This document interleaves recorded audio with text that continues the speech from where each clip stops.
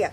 Hi, I'm Sarah and welcome to the first of our series of educational videos that are aimed to help you, the viewer, understand the process of building design and sustainability. Today is Kevin Beasley, Principal Designer at Treeline Design. Hi Kevin, how are you? I'm well, thanks Sarah. Why do people come to a building designer? Essentially because they have a unique building need and want to get a unique project designed which a lot of other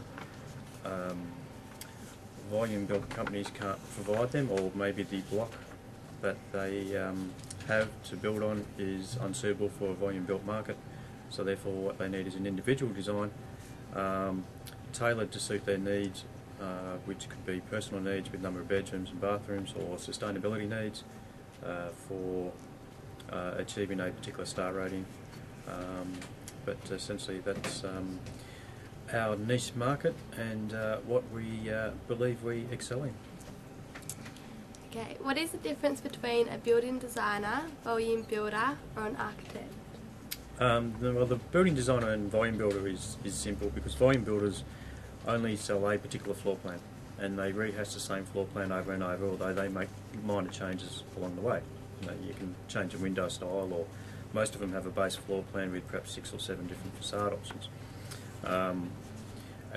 So it's pretty much just cut and paste drafting. With the building designer, we'll either start from scratch and literally have a blank sheet of paper on which we start to design someone's house for them, or we work off the sketches that they provide us. They may see a particular bathroom arrangement that they like, and we'll take that bathroom arrangement, incorporate it into other design features. Essentially they give us a brief. They say, you know, we like this, we like that. They'll show us photographs, they'll show us magazine cutouts of building styles that they like, and we incorporate all those issues into the design. As for an architect, there's really not that much difference now between a building designer and an architect. Typically though, an architect will project manage a job, so that they will not only design the home but they will oversee the construction of the home through to completion of the build. Whereas the building designer comes more from a drafting background, where typically you just prepare a set of documents including all the floor plans and elevations to enable the builder to build the house. And once you hand it over to the client at the start of the build, the draftsperson doesn't have any further involvement. However, the bridges are shortening, and the role of the draftsperson is becoming more like a building designer, more like an architect, where we are starting to sort of project manage jobs and have more input into the construction of the house as it's built. What do you offer prospective clients? We offer a very personal service. It's a very much a one-on-one situation with the client. We spend a lot of time with them initially. We've got to get information from them about what they like in a home, or what their requirements are, whether they're a young family and how many kids they're intending to have, therefore how many bedrooms, what their particular wants are, whether it be home theatres or large kitchens or large living areas or outdoor living areas. So we need to spend time with them.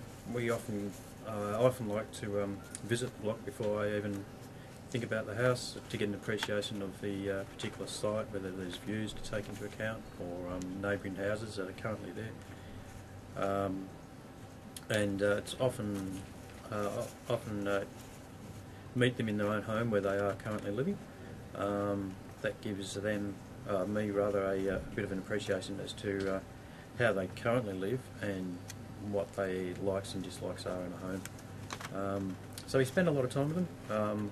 It's a very much a one-on-one sort of situation where we deal direct with them and not through salespeople as such. We keep the communication up as we put the design together for them. We're constantly either emailing them concepts or ringing them saying, how you going?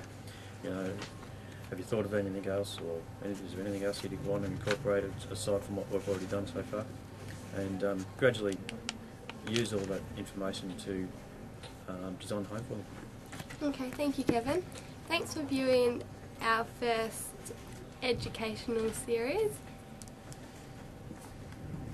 Look out for others in the educational series on building design and sustainability.